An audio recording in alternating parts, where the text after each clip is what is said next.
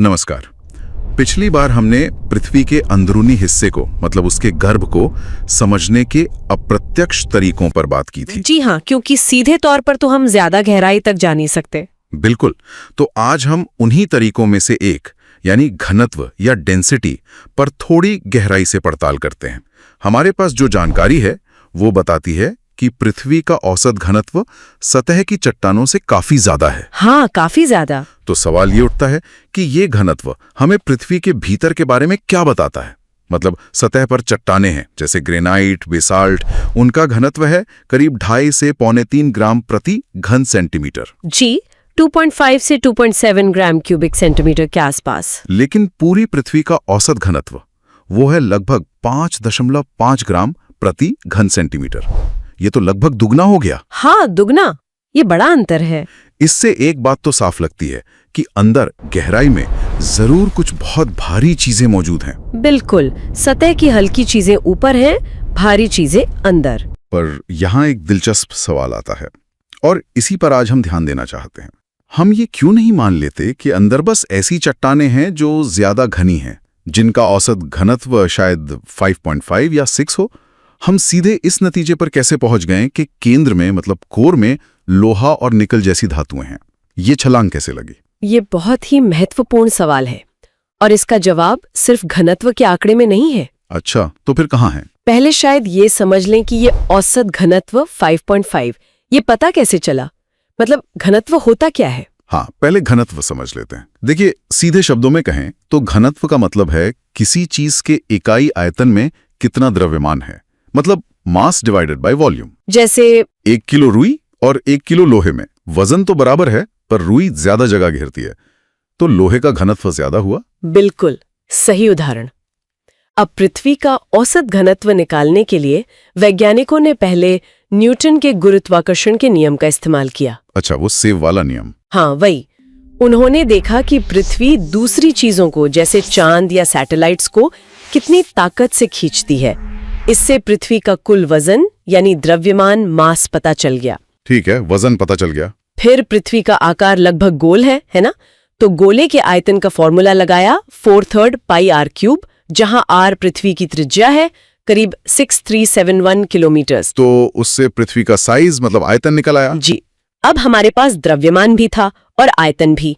तो द्रव्यमान को आयतन से भाग दिया और हमें मिला औसत घनत्व लगभग 5.5 ग्राम्स प्रति घन सेंटीमीटर। पानी से 5.5 गुना ज्यादा भारी। हाँ, बिल्कुल। तो अब हम वापस उसी पहेली पर आते हैं। सतह पर घनत्व 2.5, 3.0, औसत 5.5। अंदर भारी चीजें हैं, पर वो भारी चट्टानें क्यों नहीं हो सकती? लोहा निकल वाला कोरी क्यों? देखिए, यहीं पर दूसरे सबूत काम आते हैं। सिर्फ औसत घनत्व से हम ये नहीं कह सकते थे। वैज्ञानिकों ने कई और चीजों को जोड़ा। जैसे कि सबसे पहला और शायद सबसे बड़ा सबूत मिला भूकंपीय तरंगों यानी साइज्मिक वेव्स से। हाँ, पी वेव्स और एस वेव्स। जी। भूकंप आने पर ये तरंगे पूरी पृथ्वी से होकर गुजरती हैं। इनकी खासियत यह है कि ये अलग अलग चीजों में अलग अलग रफ्तार से चलती हैं और एस तरंगे वो तरल यानी लिक्विड चीजों से गुजर ही नहीं सकती। अच्छा। हाँ, और वैज्ञानिकों ने देखा कि ये खास गहराई पर करीब 2900 किलोमीटर नीचे एस तरंगे अचानक गायब हो जाती हैं। गायब मतलब वो रुक जाती हैं। बिल्कुल। इससे क्या पता चला कि वहां जरूर कोई तरल परत है। यही हमारा आउटर कोर है। तो अंदर सिर्फ भारी ठोस चट्टानें नहीं है, बल्कि एक पिघली हुई परत भी है। ये तो बड़ा सबूत है। मतलब अंदर कुछ पिघला हुआ है। हाँ, फिर दूसरा सबूत मिला उल्का पिंडों से। उल्का पिंड, मीटेराइट्स, उनका क्या कनेक्शन? देखिए, माना जाता है कि उल्का पिंड उसी शुरुआती मलबे से बने हैं जिससे हमारा पूरा सौर मंडल और पृथ्वी बनी। और कई तरह के उल्का पिंडों में, खासकर लोहे वाले उल्का पिंडों में, लोहा और निकल भारी मात्रा में पाया जाता है। अच्छा, तो अंदाजा लगाया कि अगर पृथ्वी भी उसी चीज से बनी है तो उसके केंद्र में भी लोहा निकल जमा हुआ होगा। बिल्कुल।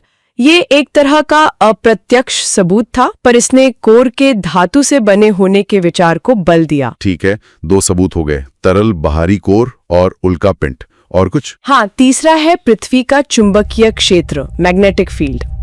हमारी पृथ्वी एक बड़े चुंबक की तरह काम करती है ना? जी हाँ, कंपास उसी वजह से काम करता है। ये इतना शक्तिशाली चुंबकीय क्षेत्र तभी बन सकता है जब पृथ्वी के अंदर पिघले हुए सुचालक धातु जैसे लोहा और निकिल की एक विशाल परत हो और वो घूम रही हो। इसे डायनामो प्रभाव कहते हैं। मतलब अगर अंदर सिर्फ चट्टानें होती, चाहे कितनी भी भारी हों, तो ऐसा मैग्नेटिक फील्ड नहीं बनता। नहीं, बिल्कुल नहीं। चट्टानें उतनी अच्छी सुचालक नहीं होती और इस तरह का डायनामो बनाने के लिए तरल अवस्था जरूरी है। तो चुंबकीय क्षेत्र भी पिघले हुए धात्विक कोर की तरफ इशारा करता है। और चौथा पॉइंट क्या था? चौथा पॉइंट है दबाव और घनत्व की सीमाएं।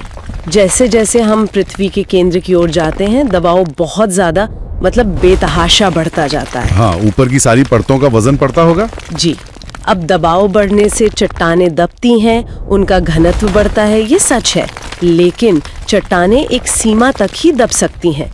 वैज्ञानिकों ने हिसाब लगाया कि सिर्फ चट्टानों को दबाकर इतना ज्यादा घनत्व पैदा नहीं किया जा सकता जो पृथ्वी के कुल द्रव्यमान और खासकर केंद्र के पास अनुमानित घनत्व, जो करीब 10 से 13 ग्राम प्रति घन सेंटीमीटर तक पहुंच जाता है, की व्याख्या कर सके। 10 से 13? ये तो 5.5 से भी बहुत ज्यादा है। हाँ, इतने ज्यादा घनत्व के लिए स्वाभाविक रूप से भारी पदार्थों की जरूरत होती है, जैसे कि लोहा और निकिल। चट्टानें उतना घनत्व हासिल नहीं कर सकती, चाहे उन पर कितना भी दबाव क्यों न डाला जाए। अच्छा, तो अब तस्वीर थोड़ी साफ हो रही है। मतलब औसत घनत्व 5.5 ने सिर्फ ये बताया कि अंदर कुछ भारी है। हाँ, उसने सिर्फ एक इशारा दिया। लेकिन वो भारी चीज क्या है और किस हाल में है, ठोस है या तरल? ये जानने के लिए हमें भूकंपीय तरंगों, उल्कापिंडों, चुंबकीय क्षेत्र और दबाव के हिसाब किताब को देखना पड़ा। बिल्कुल सही। जब इन सारे अलग अलग सबूतों को एक साथ रखा गया, घनत्व का डेटा, एस तरंगों का गायब होना यानी तरल बाहरी कोर, उल्कापिंडों में लोहा निकल मिलना, चुंबकीय क्षेत्र का होना और दबाव की सीमाएं, तब एक सुसंगत तस्वीर उभरी। और वो तस्वीर क्या है? वो तस्वीर है एक परतदार पृथ्वी की।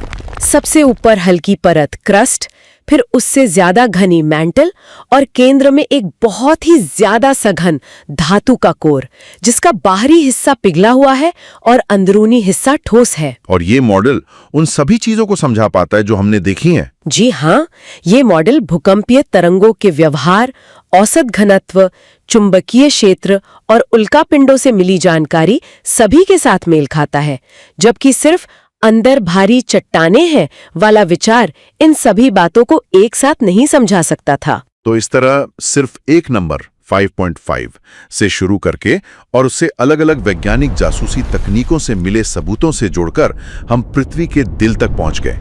एक ऐसी दुनिया जिसके केंद्र में धातु का एक विशाल गोला है ना कमाल की बात, कैसे अलग अलग दिशाओं से मिले अप्रत्यक्ष सबूत एक साथ मिलकर एक जटिल पहेली को सुलझा देते हैं। वाकई। और यहाँ सोचने के लिए एक बात ये भी है, अगर बाहरी कोर तरल न होता, अगर वो डायनामो काम न कर रहा होता, तो हमारा चुंबकीय क्षेत्र भी नहीं होता, और उसके बिना सौर तूफानों से हमारी रक्षा कौन करता? शायद पृथ्वी पर जीवन का स्वरूप ही कुछ और होता, या होता ही नहीं। ये सोचने वाली बात है। अंदर की ये संरचना हमारे ग्रह पर जीवन के लिए कितनी जरूरी है। बहुत दिलचस्प।